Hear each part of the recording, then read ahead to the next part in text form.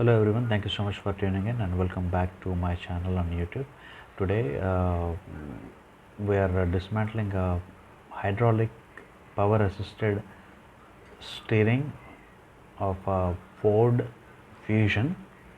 I just wanted to show you the parts that are in a power assisted hydraulic steering. So in the video is Adilakshmi, who is my technician. Uh, she is removing the steering ball joints, or what we call technically as steering thyroids. Steering thyroid has got a steering rack boot and then a thyroid end with it. So we have removed it as a whole. And then now she is removing the high pressure hydraulic lines that supply pressurized hydraulic fluid to either chamber of the rack unit. It has got a double acting cylinder on the rack. So the hydraulic pressure which is created by the hydraulic pump, which is driven by the engine, that high pressure hydraulic fluid flows into the double acting chambers or the cylinders which are on the rack part of the steering assembly. So when the hydraulic fluid flows to one side, that power is assisted to the steering rack onto that side, and when the hydraulic force of this fluid acts on the opposite side, eventually that force is applied or that assistance is given onto the rack on that particular side. So it depends on the side we turn the steering wheel to. So the power or the rotational motion from the steering wheel is communicated to the pinion assembly via a steering column, and then in that valve body assembly we have the pinion and the valves along with the torsion bar, which is sealed by an oil seal, and then it has got the associated valves on it. So right now Adilakshmi is removing that particular part. So she is trying to remove the circlip which holds the pinion onto the body of the steering box, and the part that you are seeing now is actually the valve body unit.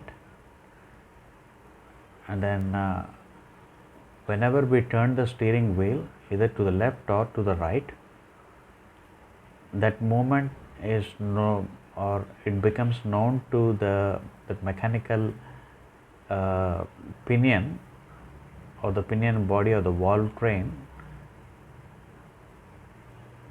by the torsion bar that is present inside that unit. Accordingly, the valves or the holes that are present on the valve body allow the fluid to pass in one particular direction based on the direction of the steering wheel.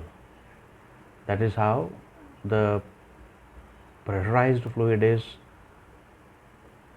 transferred onto the double acting cylinders. And at the bottom of the pinion there is nut, there's a bearing, and on the top of the pinion assembly there's one other big bearing that holds the pinion in place. And then there is a spring with a plastic. This is the plastic piece that she has removed. This plastic keeps the rack with a specified thrust so that the rack moves freely but not loosely in the steering body.